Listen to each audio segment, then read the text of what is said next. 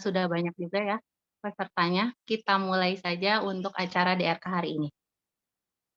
Sudah ada 35 peserta. Bu Lena juga sepertinya sudah hadir. Hatur nuhun Ibu tos hadir. Sami-sami. Ya. Bismillahirrahmanirrahim. Assalamualaikum warahmatullahi wabarakatuh. Waalaikumsalam warahmatullahi wabarakatuh. Ya. Ada yang warahmatullahi wabarakatuh. isinya baru. Terima kasih kepada Ibu, kemudian Akang Teteh dan teman-teman yang pada kesempatan hari ini bisa hadir dalam tentunya masih dalam rangkaian DRK dalam rangka peringatan HUT RI yang ke-77. Nah, untuk acara hari ini itu adalah penyampaian mode ventilator CPAP yang akan dibawakan oleh Teh Intan Ambarwati. Nah, pada hari ini saya sedang belajar menjadi backing vokalnya Kang Denny. Jadi bagi yang nanti kangen sama Kang Denny, nanti bakal ada hadir di belakang. Kemudian untuk mempersingkat waktu, saya persilahkan kepada Teh Intan Ambarwati untuk sharing materinya mengenai mode ventilator CPAP dan program winning ya Teh ya. Silahkan waktu dan tempat saya persilahkan. Mangga Teh Intan. Hatur nuhun Teh Winnie. Assalamualaikum warahmatullahi wabarakatuh. Waalaikumsalam wabarakatuh. Di sini saya sharing aja mungkin ya karena mode ventilator pressure support itu dan CPAP itu nggak asing dan bisa dibilang ini mode ventilator yang paling sederhana dan mudah diingat. Memang untuk monitoringnya lumayan harus memberikan perhatian lebih kita sebagai perawat. Ya. Slide. Kang Denny, next. Ya, mode dasar ventilator pressure support ini biasanya di ventilator-ventilator itu berbeda-beda bahasanya. Ada yang hanya PSP saja, ada juga yang CPAP PS. Itu sama aja, sama mode yang CPAP pressure support, yaitu mode ventilator di mana pasien memulai setiap napas dan ventilator memberikan dukungan dengan nilai tekanan yang telah ditetapkan. Nah, di sini jelas bahwa syarat dari mode ventilator pressure support ini adalah usaha napas pasien itu harus cukup. Maka karena ini nafasnya total dari pasien, maka karakteristiknya adalah mode ini untuk RR, tidak volume, dan inspirasi time-nya dikuasai penuh oleh pasien. Nah, ventilator hanya memberikan tekanan sekian level cm H2O sesuai dengan settingan yang dibuat oleh dokter ya. Dalam hal ini wewenangnya tetap pada dokter. Mangga slide, Kang. Nah, ini dari sini saya memperlihatkan perbedaan antara CPAP dan PS untuk gelombangnya. Di sini juga terlihat gitu. Kalau misalnya CPAP itu PS-nya 0, nah ini yang sebelah kiri, ini mode CPAP. Nah, tidak jauh-jauh, maka untuk CPAP plus PS ini diberikan tekanan, artinya bantuan support pada setiap inspirasi pasien oleh ventilator sekian sentimeter H2O. Dari sini bisa kita lihat, bisa kita simpulkan bahwa memang betul RR dan time inspirasi itu juga tidak volume adalah berada dalam kendali pasien itu dari jarak antar gelombang ke gelombang lainnya berbeda gitu. Lain halnya dengan mode ventilator lain yang RR-nya ada sebagian atau total dari ventilator. Dia akan gelombangnya akan sama persis, identik. Nah, sementara untuk gelombang yang RR-nya dikuasai oleh pasien, akan jaraknya itu akan berbeda-beda gitu. Line inspirasinya, kapan dia naik, kapan dia ekspirasi, itu akan berbeda-beda. Tingginya, volumenya, flow-nya, semuanya akan terlihat berbeda. Slide. Nah, ini saya bandingkan dengan kemarin ya model ventilator SIMP-VC yang dibawakan oleh Kang Abdul. Nah, ini pada diagram A, pada wave A itu, nah itu yang ada tekanan negatif ke bawah tuh segitiga, nah itu adalah merupakan trigger yang diberikan oleh pasien pada saat inspirasi. Nah, sementara yang bagian B itu pada SIMP-VC, nah ada yang dari pasien, nah ada sama, ada segitiga ke bawah, usaha napas pasiennya, triggernya, tekanan negatifnya dari pasien. Nah, sementara berbeda dengan yang mandatorinya, yang dari ventilatornya, tidak ada trigger pasien, maka diagramnya itu paling sebelah kanan bagian B, wave-nya itu akan lurus, jadi tidak ada tekanan negatif, nggak ada yang turun, nggak ada gelombang yang turun. Mangga Kang, di slide. Nah, setting untuk pressure support ventilation ini, yang pertama tentu saja PS, yaitu pressure support. Nah, ini untuk pressure support ini kita tidak bisa menyamaratakan antara kebutuhan satu pasien dan yang lainnya. Misalnya 1 cm H2O itu untuk 50 cc tidak volume, ya tidak bisa. Karena PS ini juga tergantung dari compliance pasien dan lain sebagainya. Nah, PS ini satuannya centimeter H2O. Yang kedua, nilai PIP, yaitu positive and expiration pressure. Nah, ini untuk pasien-pasien dengan gangguan difusi, nah, bisa menaikkan angka PIP ini untuk menolong oksigenasinya. Dan yang ketiga, fraksi oksigen, yaitu konsentrasi oksigen yang kita berikan. Nah, untuk PIP dan fraksi ini, acuannya kita pada oksigenasi, yaitu nilai PO2 pada AGD. Nah, yang keempat, ini bagian yang paling penting pada mode ventilator yang RR-nya dari pasien, yaitu trigger. Trigger itu pemicu nafas spontan pasien. Nah, nilainya yaitu 2-5 liter per menit. Tapi apabila pasien usaha nafasnya itu masih dikhawatirkan, atau usaha nafasnya itu modal tidak volumenya itu masih rendah, maka trigger bisa kita kolaborasikan ke sejawat dokter untuk diturunkan dari nilai normal, kurang dari 2.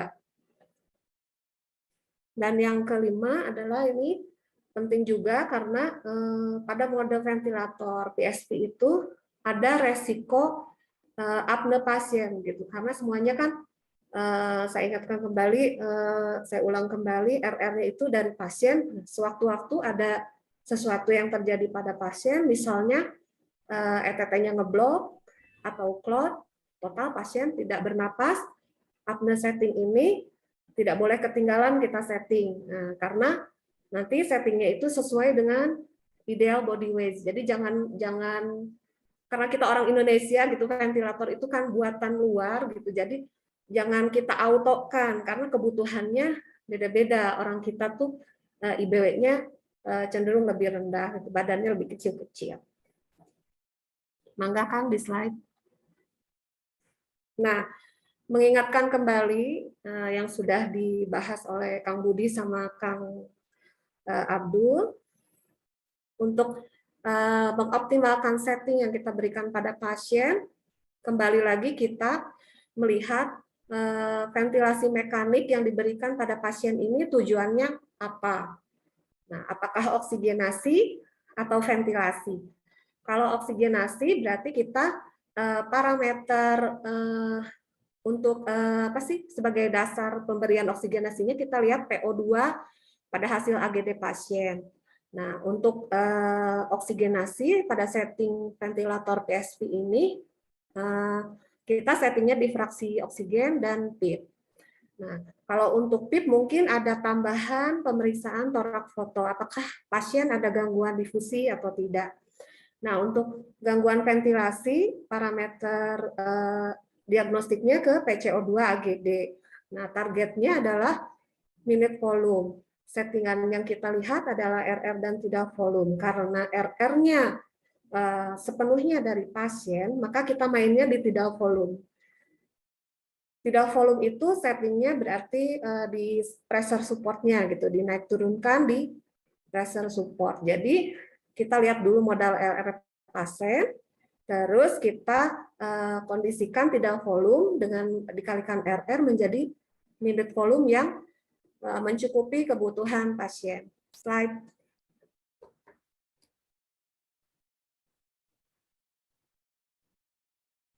Slide Kang Denny, punten.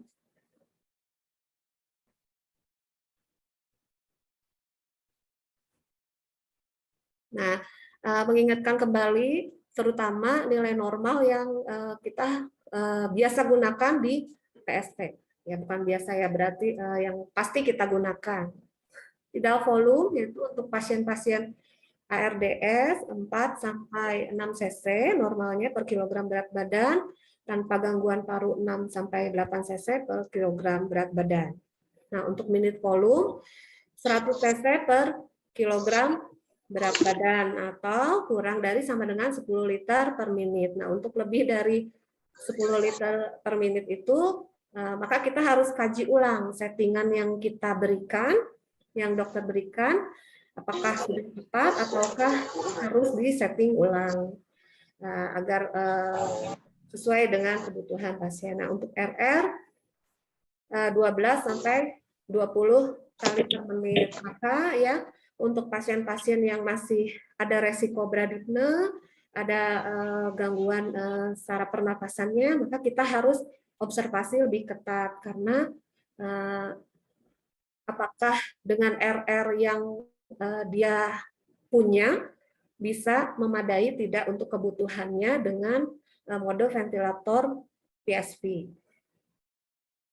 Nah, yang keempat, triggernya untuk flow trigger umumnya di ICU kita terutama digunakan flow trigger 2-5 liter per menit. Nah, ada juga dengan pressure trigger, tapi itu jarang digunakan. Saya juga selama ini hanya beberapa kali aja menyarankan dokter untuk menggunakan pressure trigger karena dirasa trigger volume yang flow trigger yang di setting terendah pun tidak cukup untuk memicu napas pasien. Mangga slide Kang.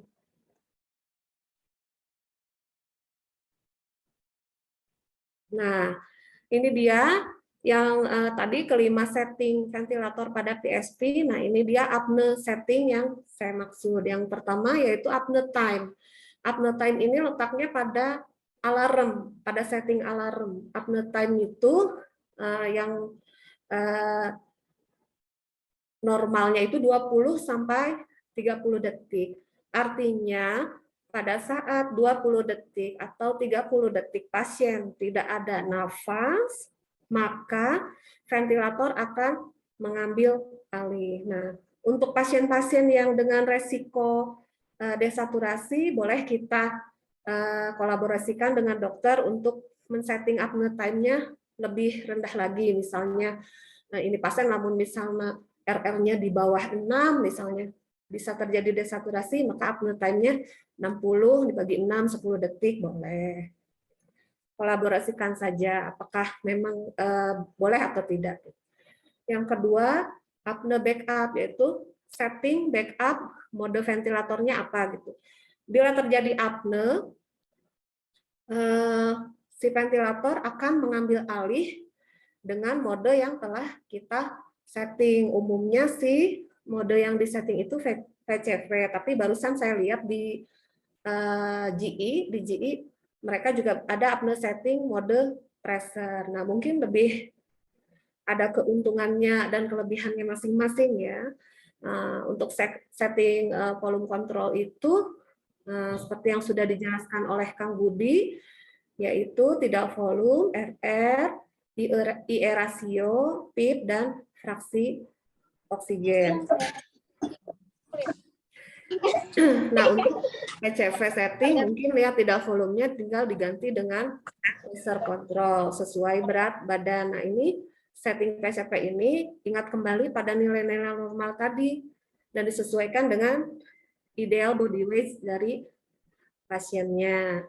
Nah, untuk mode ventilator CPAP kurang lebihnya sama, hanya mungkin perbedaannya tanpa PS. Monitoring segala macamnya juga sama aja. Saya kira itu saja untuk bahasan mode ventilator PSP, Kang. Apa untuk winningnya lanjut aja atau? Nah, oke. Kita lanjut aja ya. Bismillahirrahmanirrahim. Ini mode apa? Materi winning ventilator ini sejujurnya saya baca-bacanya dari jurnal-jurnal karena sumbernya lumayan sulit ya. Mudah-mudahan ini bisa mewakili, dan apabila kurang lebihnya mangga silahkan nanti boleh Ibu, Bapak, teman-teman, Akang Teteh semua menambahkan. Winning ventilator itu adalah proses di mana penyapihan sebagian atau total dari ketergantungan pasien terhadap ventilasi mekanik yang dilakukan di ICU oleh dokter di ICU. Nah, winning ventilator ini terbagi 3. Yang pertama simple winning, yaitu berhasil ekstubasi dengan sekali coba tanpa kesulitan.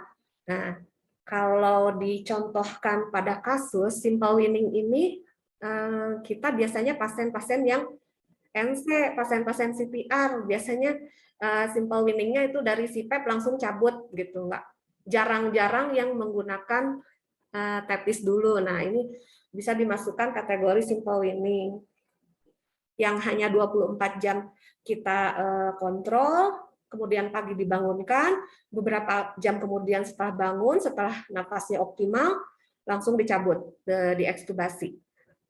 Nah, yang kedua yaitu difficult winning, memerlukan 3 kali spontaneous breathing trial atau sampai dengan 7 hari dari spontaneous breathing trial pertama. Nah, ini mungkin untuk kasus-kasus difficult winning, kasus-kasusnya yang biasanya sih yang terlibat metaboliknya, gitu. Yang ada metaboliknya, yang terganggu metaboliknya.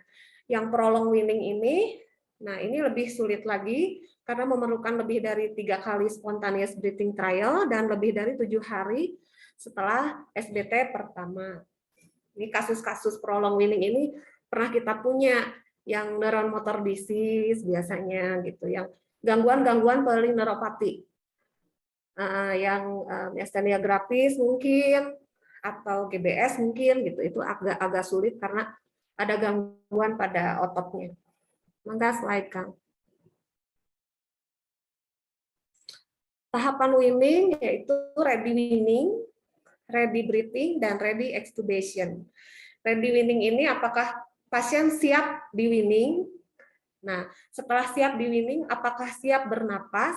Nah, kadang-kala kan dari mode kontrol ke SIMP, kadang pasiennya cuma nafasnya 1, 2, atau bahkan tidak ada nafas spontan sama sekali. Berarti kalau misalnya dia tidak ready breathing, kita kaji kembali apakah dia ready winning. Gitu. Jadi ini tanda panahnya bolak-balik gitu, tergantung pada keadaan pasien, pada apa sih status kesehatannya, terutama status respiratorinya. Nah, setelah ready breathing, apakah breathing-nya itu cukup optimal untuk diekstubasi? Apakah pasien cukup istilahnya cukup mandiri, cukup bisa memenuhi kebutuhan oksigenasinya setelah ekstubasi? Artinya karena kalau ekstubasi kan dia juga harus bisa membebaskan jalan nafasnya dari gangguan-gangguan gitu. Mangga, Kang, slide.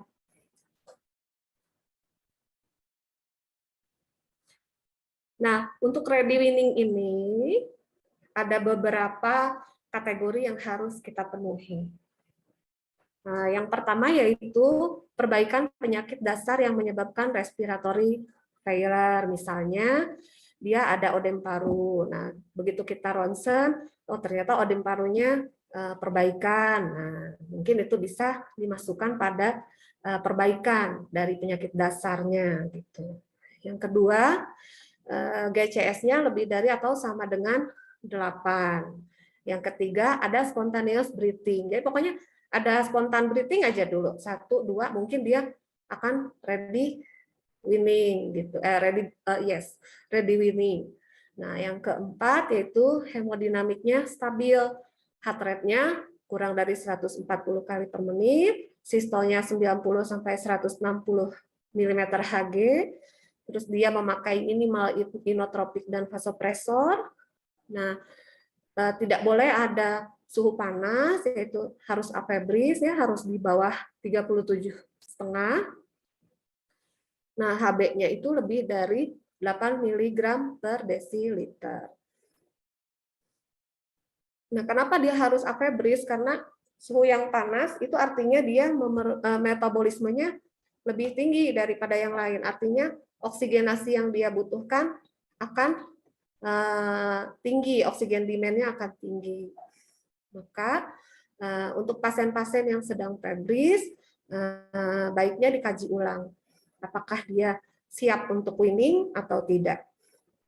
Nah, kenapa Hb-nya harus 8? Nah, ini sebagai pengantar oksigen kan hemoglobin itu, ya. Terus yang selanjutnya status nutrisi baik. Nah, status nutrisi baik ini bisa lewat mana saja. Pokoknya nutrisi dia harus tercukupi karena kekuatan otot juga ketika dia ready winning, dia harus breathing, harus ada breathing. Jadi harus ada tenaga untuk nafasnya. Jadi status nutrisi juga harus baik. Misalnya pasien-pasien yang nggak bisa enteral nutrisi karena ada stress ulcer, nah bisa kita alternatif dengan parenteral nutrisi. Nah, yang paling penting, yang paling akhir adalah oksigenasinya adekuat. Tidak volumenya yang dimiliki 5 cc per kilogram berat badan, respirasi rate-nya di bawah 35 kali per menit, PaO2-nya lebih dari 60, dan PCO2-nya kurang dari 60. PIP-nya kurang dari 8, dan sistolnya yang seperti tadi yang disebutkan, 90 sampai 160 mm Hg, pH-nya lebih dari 7,3 dan PF rasionya 200. PF rasio itu PaO2 per frekuensi nafas. Mangga Kang, slide. Nah, untuk ready winning itu kalau misalnya, maaf ya, balik lagi, untuk ready winning itu misalnya pasien dari mode ventilator kontrol, nah itu ready winning dengan kategori demikian. Nah, setelah ready winning di mode SIMV ini misalnya, apakah dia ready breathing? Ready breathing itu kategorinya ready winning plus ada batuk efektif, saturasinya lebih dari 90% pada fraksi kurang dari sama dengan 40%, dan rapid shallow breathing index-nya kurang dari 105. Cara menghitung rapid shallow breathing index yaitu frekuensi nafas per tidal volume dalam liter. Nah, ready breathing ini bisa kita kaji pada mode ventilator SIMV dan mode ventilator PS. Pokoknya yang ada pasien bisa nafas spontan. Nah, RSBI ini kita menghitungnya pada nafas spontan. Pada ventilator-ventilator yang baru-baru sekarang, RSBI itu kita nggak hitung manual. Coba dilihat aja di monitoringnya, ini sudah dihitungkan oleh ventilator. Apakah dia siap untuk breathing atau tidak? Udah ada dihitungkan. Jadi, nah, apabila menemukan ventilator yang tidak ada RSBI-nya, ya wayahna kita hitung manual sendiri. Slide, Kang. Setelah ready winning sudah termasuk kategori, ready breathing juga pasien sudah mampu, maka untuk menuju ke ready extubasi, pasien dilakukan spontaneous breathing trial. Bila sukses 30 menit spontaneous breathing trial, mungkin pasien ready extubasi. Nah, untuk setiap tahapannya, tahapan-tahapan winning ini boleh kita memeriksakan AGD. Gitu. Apakah data-data yang kita lihat, apakah keadaan pasien yang kita lihat itu memang betul pasien sudah ready untuk weaning, breathing, dan ekstubasi. Nah, kita kembalikan lagi kepada hasil AGD. Setelah 30 menit spontaneous breathing trial, nggak dicek AGD. Nah, biasanya dokter juga kan begitu. Nah, setelah TEPIS, tolong setelah TEPIS dicek dulu AGD-nya. Itu untuk menentukan apakah SBT yang kita lakukan sudah sukses atau belum. Slide, Kang. Nah, kesiapan spontaneous breathing trial itu yaitu kesiapan lepas dari ventilator itu bisa kita menggunakan 3 cara.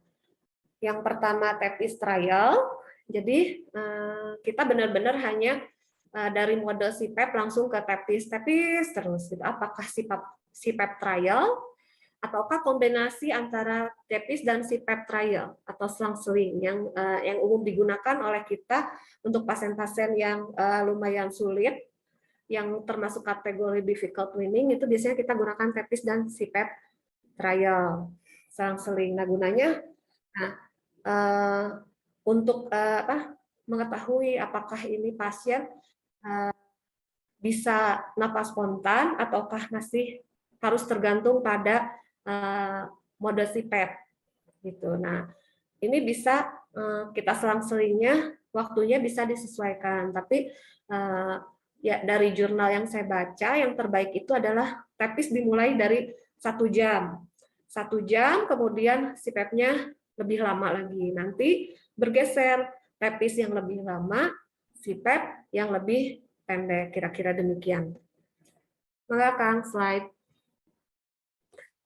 Nah, variabel untuk kesiapan SBT yaitu yang pertama resolusi fase akut penyakit, 2 refleks jalan napas baik, artinya batuknya itu benar-benar harus baik ya, harus karena kita akan latih lepas dari ventilator.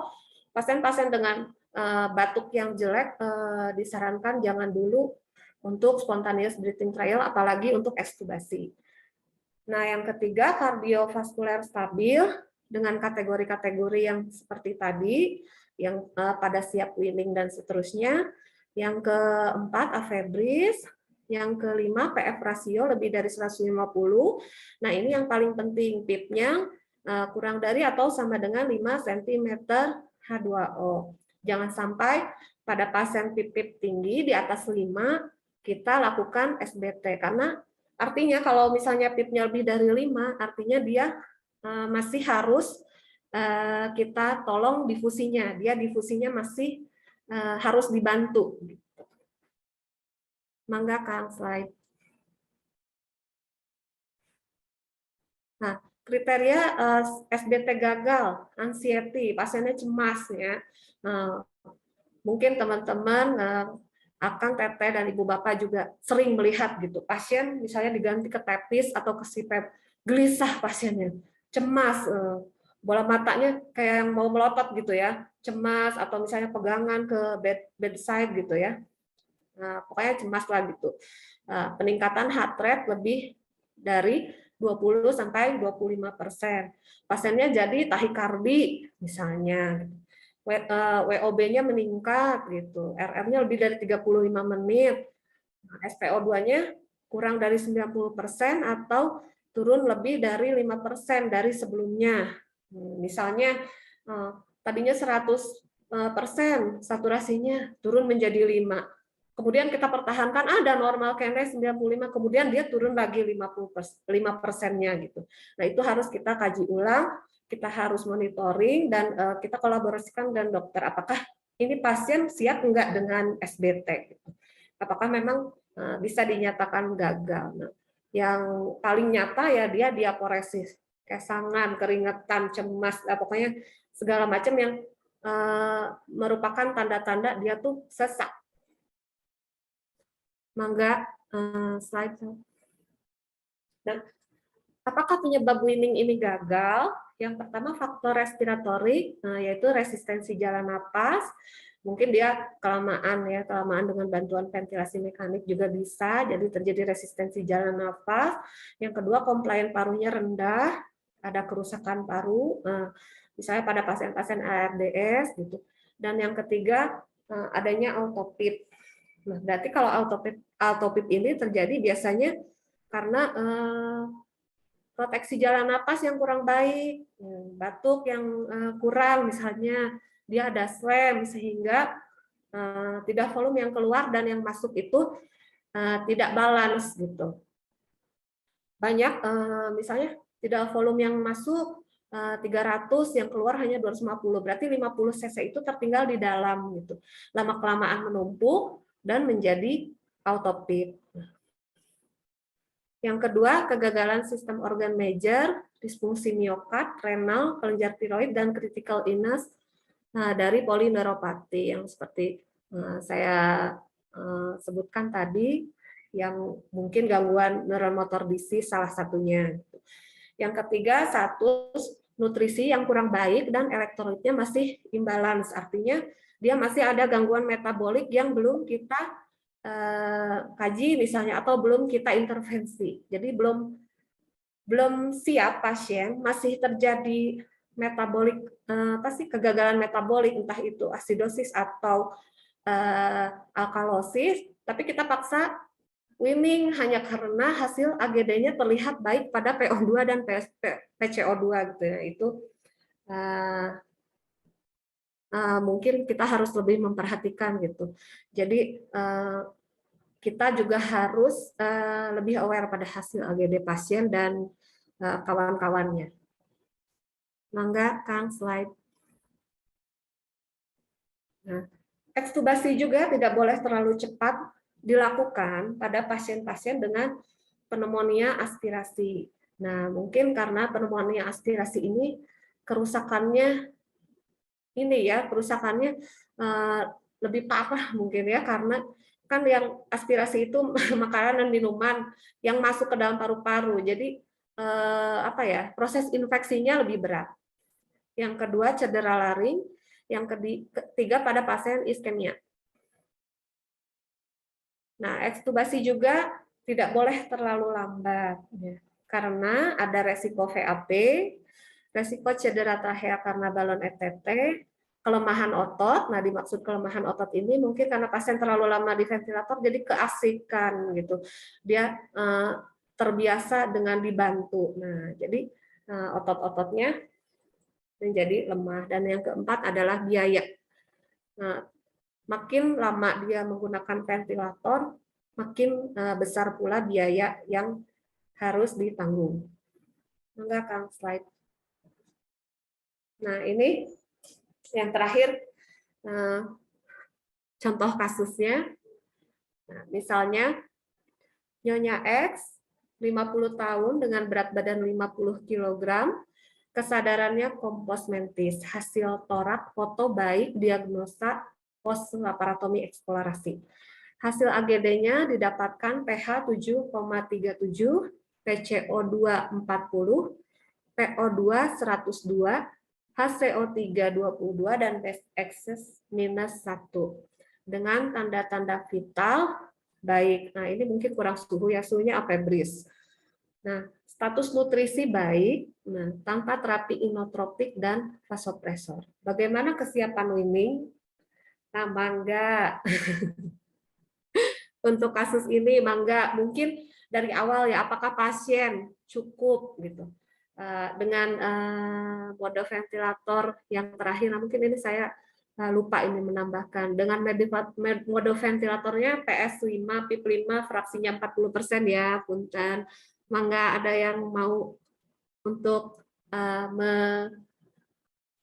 mencoba menganalisa kasus ini, mangga, silahkan dari teman-teman, Kang. Mari kita belajar bersama-sama. Baik, silakan Akang Teteh, barangkali ada yang mencoba. Setelah tadi Teh Intan menjelaskan ya, apa saja yang menjadi kriteria winning, kemudian bagaimana winning ini berhasil atau tidak, kita evaluasi ulang. Nah, kita evaluasi dari kondisi-kondisi sentral ya, atau inti dari kasus yang tadi Teh Intan sampaikan. Mangga, Akang Teteh. Saya ini Ya, siap Kang. Iya, bukan mau ngejawab kasus. Membahas Bukan membahas kasus. bareng-bareng. Bukan membahas kasus. Ini sekalian juga nih teman-teman, barangkali ada yang rela rela untuk ngebahas kasus. Nanti Teh ini dapat door prize, jangan lupa. Oh, ada door prize tuh, maka. Juga nih diberi Tadi door ada prize yang jadi tertinggal. semangat ya. Ya, hari ini ada 2 door prize ya Kang Denny. Tadi saya lupa menyampaikan. Iya. Jadi berarti yang nanti bersedia membahas kasus, ya salah satunya mendapatkan door prize yang telah Kang Denny persiapkan. Dan untuk link absensi juga sudah ada ya Kang ya di Sudah di-share di kolom chat. kolom chat ya. Iya. Mangga. Aduh, bosen mungkin ya ini. Aduh, bahasannya kita maraton ventilator, entah bosen, entah ini apa mode ventilator ini mungkin sangat familiar, gampang gitu ya. Teh ngerti Teh. Saya yakin Antara bosen dan ngebul. bosen kayaknya. Karena memang ventilator ini Teh Intan, ini yang tiap hari kita temukan, tiap hari kita gulung, sering kali kita belajar tapi angger teu ngerti-ngerti. Iya abi mah, dia mah abinya sanes batur abi. Duka batur. Tuh, ada yang ngacung. Ada yang ngacung. Oh enggak. Oke, udah ngacung-ngacung udah dapat door prize nih Teh Tika. Mangga Teh Tika. Boleh coba Teh? Iya boleh, silakan dengan senang hati Teh Tika, mangga. Tunggu sebentar, sebentar. Sambil masuk bayi. Ya.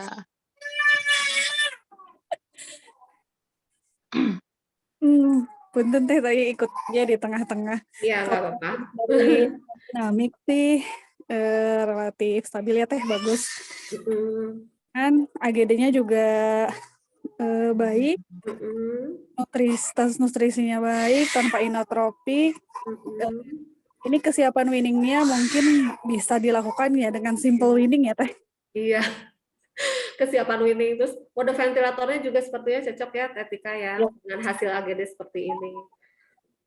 Ventilator terakhirnya PS5 PIP5 fraksi 40%. Iya. Kesiapan winningnya. Jadi, apakah data-data lain yang harus kita kaji dari selain data yang ini, Teh Tika? Tadi saya ikutnya karena baru terakhir-terakhir jadi. Nggak apa-apa, pasti udah biasa deh ngadepin winning, nemenin pasien winning. Tadi kan dari hasil AGD-nya udah ada, PO2-nya bagus, saturasinya juga bagus, kemudian RR-nya juga bagus,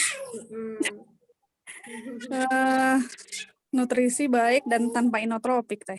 Nah, kan itu baru kesiapan winning ya. Apakah dia ready breathing? Nah, oh iya. Ya, dan tahapnya ya winning, breathing, dan ekstubasi. Menjebak ya pertanyaannya, kok ditanyainnya siap winning tapi ternyata banyak buntut. Ada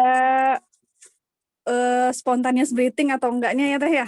Betul. Ya, ada spontaneous breathing atau enggak. Dengan modul ventilator PS itu berarti dia breathing sepenuhnya ya. Dia sudah upaya nafasnya udah baik ya. Iya Teh. Ya, dan yang terakhir, apakah dia siap ekstubasi? Insya Allah siap sih. Insya Allah. Ya. Karena udah kompromentis juga.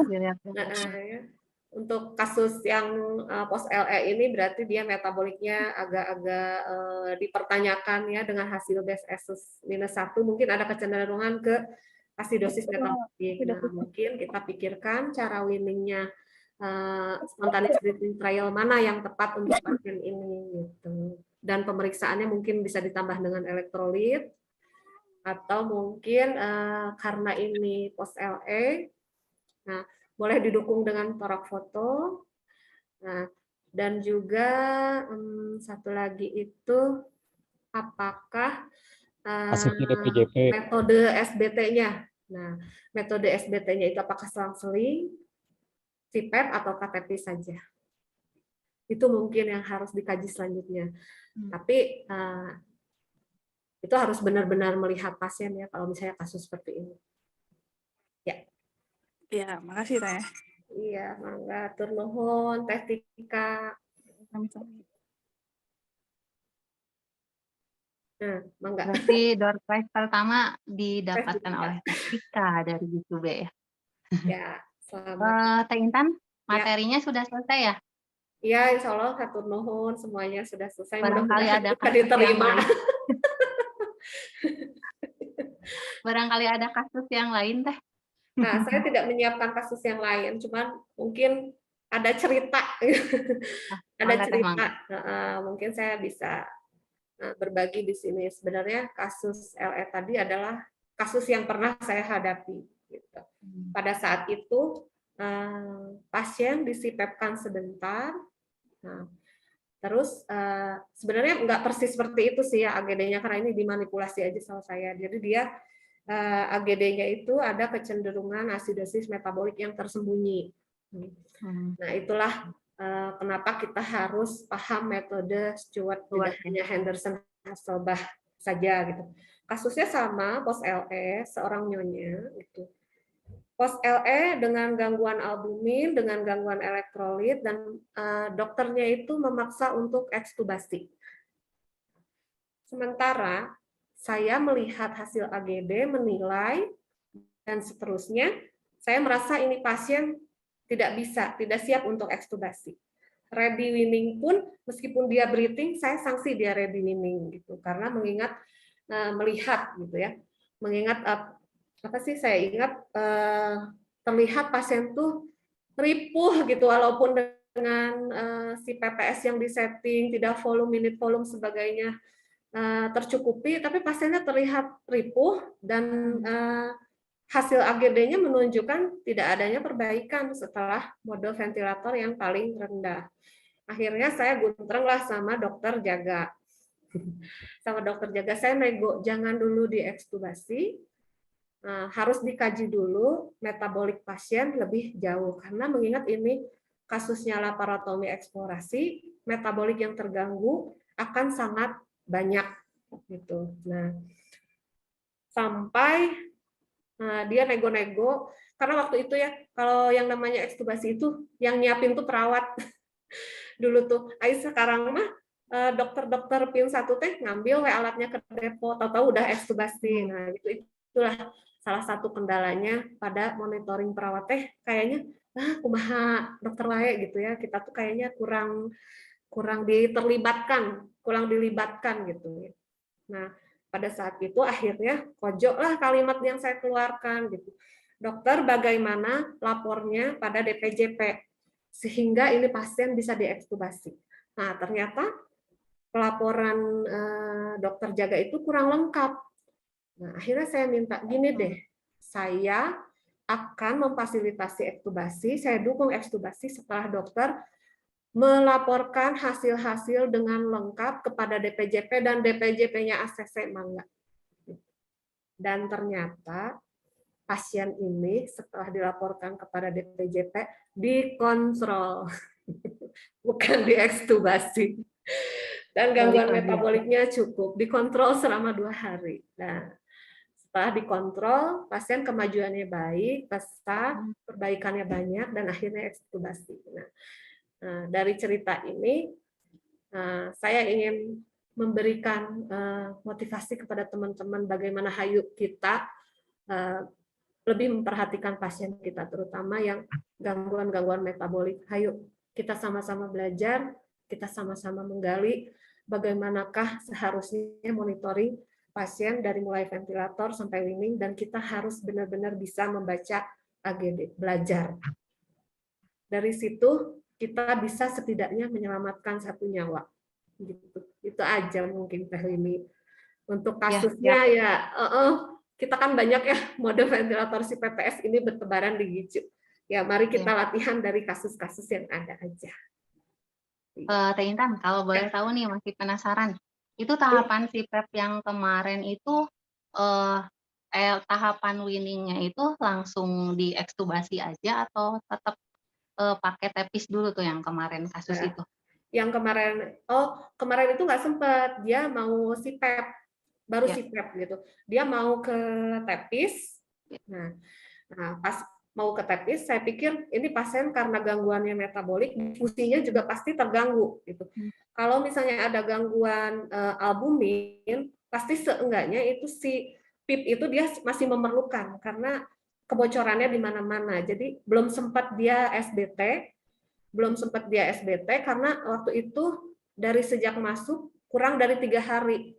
Si dokter jagatnya udah optimis banget ini bisa, tapi kan ini bukan kasus CTR sebenarnya. Ini kasusnya berbeda, ini kasus metabolik, jadi harus dikaji ulang meskipun penggunaan ventilator itu nggak sempat resistensi kan, nggak sempat terlalu lama, karena ini bukan pemasangan DC yang kita kurang dari 3 hari langsung bisa cabut, nggak bisa. Jadi saat itu saya cegah dokter jaga untuk SBT, apalagi untuk ekstubasi. Rencananya waktu itu mau disipet, 2 jam kemudian ekstubasi.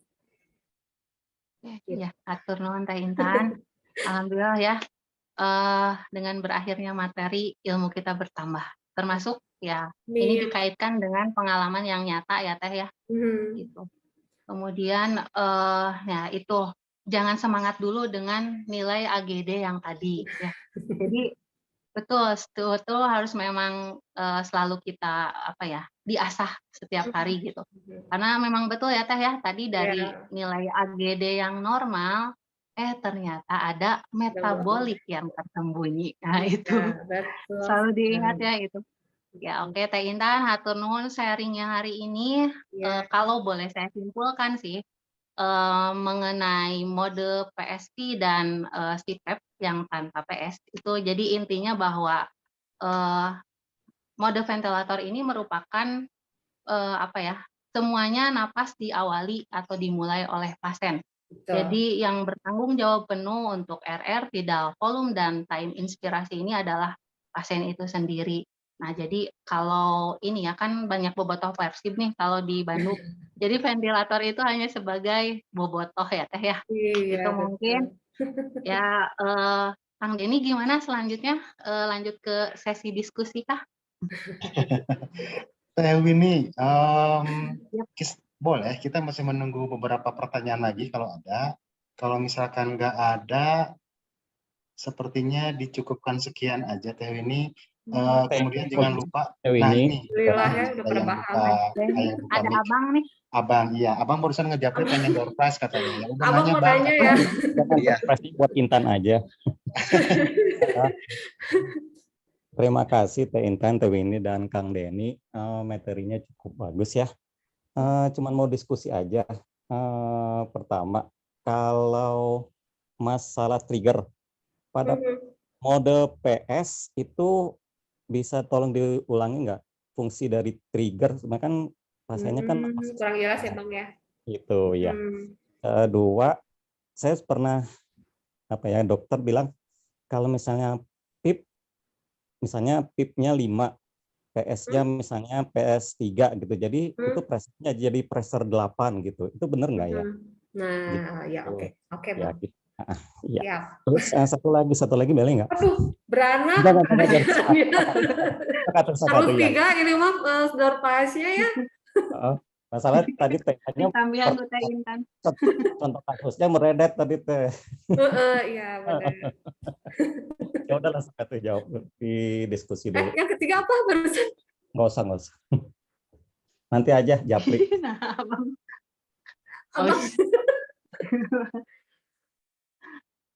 Jadi gimana? Yang ketiganya ditangguhkan dulu. Kenapa Bang? Nanti aja ya. Aja kalau masih ada waktu. Ya oke. Waktu kita sampai jam berapa ya? Sampai subuh Teh Intan. Mangga Teh Intan, mungkin dibahas yang 2 pertanyaan tadi aja. Nah untuk trigger ini kan kalau flow trigger itu tadi saya katakan nilainya itu 2-5 liter per menit. Nah artinya bila ada usaha napas pasien sekian liter, maka si ventilator akan merespon dengan memberikan support gitu. Nah, kenapa dipilih 2-5? Saya juga kurang tahu kenapa, tapi kira-kira logikanya begini. Misalkan berat badan pasien itu 50 kg. Nah, jadi nilai normalnya itu 100 cc kali berat badan pasien, IBW pasien 5 liter. Nah, kenapa 2? Misalnya nih ya, aduh gimana ya ngejelasinnya.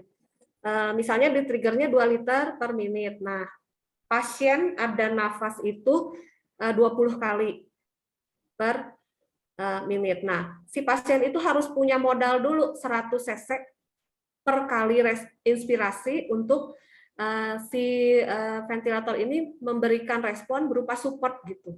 Jadi si pasien itu memberikan 100 cc, ya ini kalau dibagi rata ya, karena setiap inspirasi itu pasti berbeda-beda tidak volumenya. Misalnya 100 cc dengan pasien yang 50 kg modalnya 100 cc. Nah, si ventilator setelah pasien inspirasi 100 cc berikan support untuk memenuhi sampai dengan 6 cc per kilo berat badannya gitu. Artinya sampai dengan 300 cc. Si ventilator bagian 200-nya gitu. Bisa dimengerti nggak ya? Susah ya kalau ventilator, enaknya bedside teaching ya. Jadi ada usaha napas pasien. Nah, kenapa untuk pasien-pasien yang breathing-nya masih kurang itu harus diturunkan triggernya? Mungkin mereka belum mencukupi target sampai dengan 2 liter selama 1 menit itu untuk ventilator merespon bantuan berupa pressure support-nya gitu. Nah, misalnya si pasien teh belum cukup, setiap inspirasi kayaknya cuma 50 cc deh. Nah, maka kita turunkan bantuannya. Nah, turunkan targetnya untuk si ventilator memberikan bantuan misalnya jadi 1 liter per menit. Jadi si pasien hanya cukup punya modal 1 liter selama 1 menit untuk ventilator merespon berupa pressure support gitu untuk memenuhi sisanya. Bisa dimengerti nggak Bang? Pabulit itu. Cukup jelas sepertinya Teh. Ya. Betul, beneran cukup jelas. Cukup jelas ya. Bang? Iya, ya. Nah, jadi Ya, itu kan lama misalnya ya, 1 menit itu kan lama. Masa kita nungguin pasien nyampe ke 2 liter dulu, ke 1 liter dulu pasien baru si ventilator ngasih support. Nah, ventilator ini cerdas gitu, dia punya kalkulator sendiri. Dari 2 breathing aja dia cukup mengira-ngira gitu. Nanti ngitungin, mengira-ngira, oh iya, ini udah mencapai target untuk diberikan bantuan support gitu. Tuh, yang pertama trigger. Yang kedua teh apa? PS ya? Ya, Nah, ventilator zaman dulu katanya, gitu ya. Saya juga nggak pernah ketemu ventilator yang seperti yang diceritakan. Ventilator zaman dulu itu PS startnya dari 0, Bang. Nah, sementara ventilator yang sekarang itu PS start setelah PIP. Nah, seperti yang tadi wave yang tadi saya sharing. Nah, si ventilator itu PS-nya itu mulai dari atas PIP. PIP dulu 5, baru di atas 5 itu diberikan tekanan misalnya 3, PS 3 cm H2O. Nah, apa buktinya bahwa PS itu dimulai setelah PIP? Buktinya kita lihat di peak pressure. Karena peak pressure itu merupakan pertambahan dari PIP dan PS atau PC. Gitu, Bang. Mungkin kasusnya kamar 3 ya, Bang ya. PS-nya dikit ya. Iya, ya.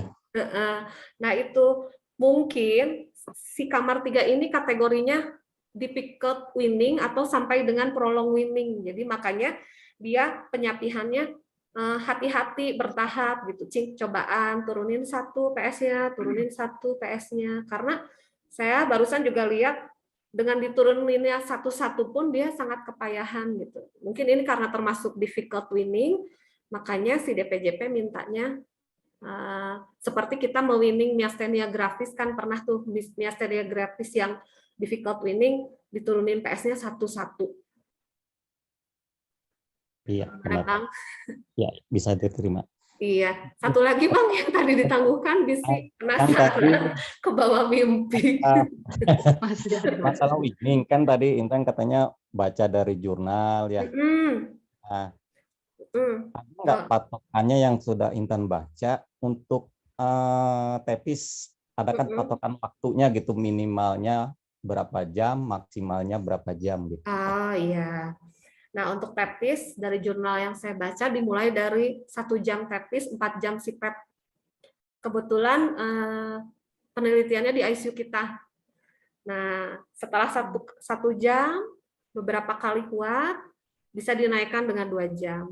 Nah, mungkin ini untuk selang-seling seperti ini, masuknya ke yang difficult weaning juga. Bertahap seperti itu, sampai nanti jungkir balik yang dominasi itu, si PEP-nya 1 jam, PEPIS-nya 4 jam, gitu, sampai dengan PEPIS sepenuhnya. Begitu, Bang, yang saya baca. Gini maksudnya, misalnya pasien ditepis selama 1 jam, Ya. berarti kan kita ngebayangnya dianya dari pasiennya dikasih PIP 5, dan berarti kan dianya si value-nya langsung 0 ya. Betul. Nah, bagaimana? Apakah ada bahayanya nggak gitu? Nah, cukup nggak dianya hanya 1 jam, terus ini kita langsung ekstubasi aja, atau 1 jam misalnya gagal, ya udah di si PEP aja, tetap dikasih PIP gitu misalnya. Nah, mungkin balik lagi ke yang kategori weaning gagal itu, Bang. Balik lagi ke sana, berarti si pasien itu tidak ready breathing kalau begitu gitu. Nah, biasanya pasien-pasien yang masih memerlukan PIP, yang udem paru dan sebagainya, itu nggak akan dilakukan SBT, nggak akan dilakukan TEPIS, nggak akan dilakukan TEPIS. Jadi balik lagi ke resolusi penyakit pasiennya itu sudah diatasi atau belum? Ya. Iya. Jadi balik lagi semuanya responnya ke pasien, jadi nggak bisa dipukul rata gitu, nggak bisa. Uniknya belajar ventilator itu mungkin ini ya, Bang, ya. Satu diagnosa bisa berbagai macam perlakuan gitu. Makanya kata Kang Denny sudah tiap hari dilihati, tapi ya Kang Denny ya. Percantan Kang Denny meni pinternya. Ya mah abi Bang sanes batur abi ya umanya. Batur mah henteu jika itu beda. Udah dilihat tiap hari gitu kan. Makanya uniknya ventilator tuh. Iya, Bang. Tiap hari terus-terusan belajar tuh sebenarnya ya kalau di ICU. Mudah-mudahan gitu ya Kang Denny. Iya. Terima kasih Teh Intan. Salam sulna, Bang. Atur nuhun Bang Yundra. Sudah cukup puas ya dengan jawabannya. Gimana Kang Denny sekarang? Ada lagi kah? Sebetulnya tapi ini mau nanya sebenarnya boleh nggak ya? Boleh. Door prize. Boleh di sini, boleh di belakang. Teh ini di mana wae kan si Gana di belakang mah kayak door prize gitu. Ayo kita kayak poin teh. Nah, ya ini Bu Iis ternyata sudah hadir bersama kita. Ibu Wilujeng spontan, Bu Wilujeng gabung. Atur nuhun. Atur nuhun Bu Iis ya. Kalau dari referensi yang terbaru yang Teteh baca, nah setelah kita melakukan weaning, kapan waktu yang tepat untuk kita melakukan evaluasi nilai AGD ulang? Ya. Menurut saya, kalau menurut saya itu AGD ulang itu seperti biasa proseduralnya ya kita 2 jam. Tapi apabila sebelum 2 jam itu kita melihat pasien tidak siap weaning, tidak siap breathing, apalagi ekstubasi, kita segera lapor, balikin aja lagi. Berarti dia nggak siap gitu aja Teh ini. Simple, sesimpel itu ya. Kalau misal nih Teh, sebelum 2 jam ini tanda-tanda tadi gagal weaning sudah terjadi misalkan. Kalau misalkan dokternya kekeh nih, udah Teh lanjutin dulu. Boleh nggak kita misalkan, ya udah deh kalau nggak percaya dok ambil AGD ya sekarang. Gitu. Nanti biar itu jadi bukti. Mungkin kalau misalnya waktunya bisa saja, asal dia AGD-nya benar-benar sudah terjadi pembuktian kalau dia tuh gagal gitu. Rata-rata kan pasien tuh akan kompensasi dulu Teh Winnie. Dia akan memberikan sinyal dulu sebelum terjadi kerusakan maksudnya kegagalan yang lebih lanjut gitu sampai dengan gangguan AGD. Pasien akan berespon dengan tanda-tanda vital dulu gitu. Makanya tadi yang harus diperhatikan itu klinis pasien dan tanda-tanda vitalnya terutama gitu.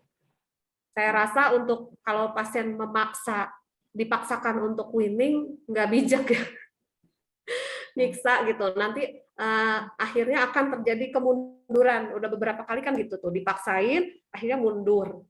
Dipaksa ekstubasi, akhirnya reintubasi. Nah itu. kegagalan winning yang kita saksikan sehari-hari. Gitu. Jadi mari kita belajar, dicukupkan bekal kita supaya kita bisa menjadi pembela pasien gitu Teh Winnie. Ya, latihan ya Teh Winnie. Mohon Teh Intan. Ya, mohon banyak PR. Bu Lilis juga ada sepertinya ya Kang. Punten Ibu, ini baru lihat Ibu ada wilujeng gabung. Iya, Teh Winnie, ada Ibu Lilis, ada Ibu Iis, ada Ibu Ani, Ibu Lena juga hadir semuanya. Terima kasih untuk para ibu-ibu kita tercinta kehadirannya. Ya, ternuhun. Teh Winnie masih ada? Masih ngeganjel kayaknya Teh Winnie tuh masih pengen nanya atau banyak gimana banget gitu. Kayaknya penasaran banget Teh Winnie. Untungnya Teh Winnie moderator, coba jadi eta lamun henteu mah cenah ini narasumber kababad. Oh, dasar. Ya, gimana Kang Denny? Sudah tidak ada lagi yang penasaran sepertinya. Pilih ada yang mau masih ditanyakan. boleh. Oke, sambil nunggu yang lain yang masih penasaran, diingatkan untuk minggu depan tanggal 29 ya kalau nggak salah, masih ada satu lagi dari rangkaian maraton ventilator. Itu ada Ibu Nolis dan Teh Remi yang akan membahas mengenai suctioning. Begitu ya. Terus untuk teman-teman yang ingin menyumbangkan sebagian hartanya untuk dijadikan door prize, mangga nanti menghubungi Teh Winnie atau menghubungi saya. Mudah-mudahan nanti insya Allah bermanfaat ya. Gitu Teh Winnie. Kayaknya kalau misalkan sudah nggak ada lagi, udah boleh ditutup Teh Winnie. Oke, siap Kang. Saya ucapkan terima kasih kepada Ibu yang telah hadir pada kesempatan DRK kedua terakhir ya dalam rangkaian tadi yang Kang Denny sampaikan dalam peringatan HUT RI yang ke-77 membahas spesial tentang ventilator. Kemudian teman-teman juga saya ucapkan terima kasih terutama kepada narasumber hari ini Teh Intan Ambarwati hatur nuhun pisan Teh waktosna. Mohon mudah-mudahan ilmunya ya. Insya Allah ilmunya mungkin bermanfaat dan mudah-mudahan teman-teman hari ini justru tidak puas ya dengan diskusi betul. kali ini. Saya mengharapkan teman-teman tidak puas.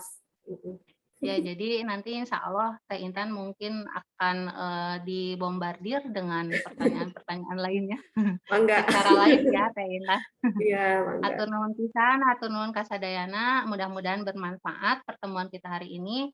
Bilahi topik wal hidayah. Wassalamualaikum warahmatullahi wabarakatuh. Waalaikumsalam warahmatullahi wabarakatuh. Nuhun sadayana Bu Iis, Bu Lilis, Bu Lena, Bu Ani. Waalaikumsalam warahmatullahi wabarakatuh. Salam sadayana.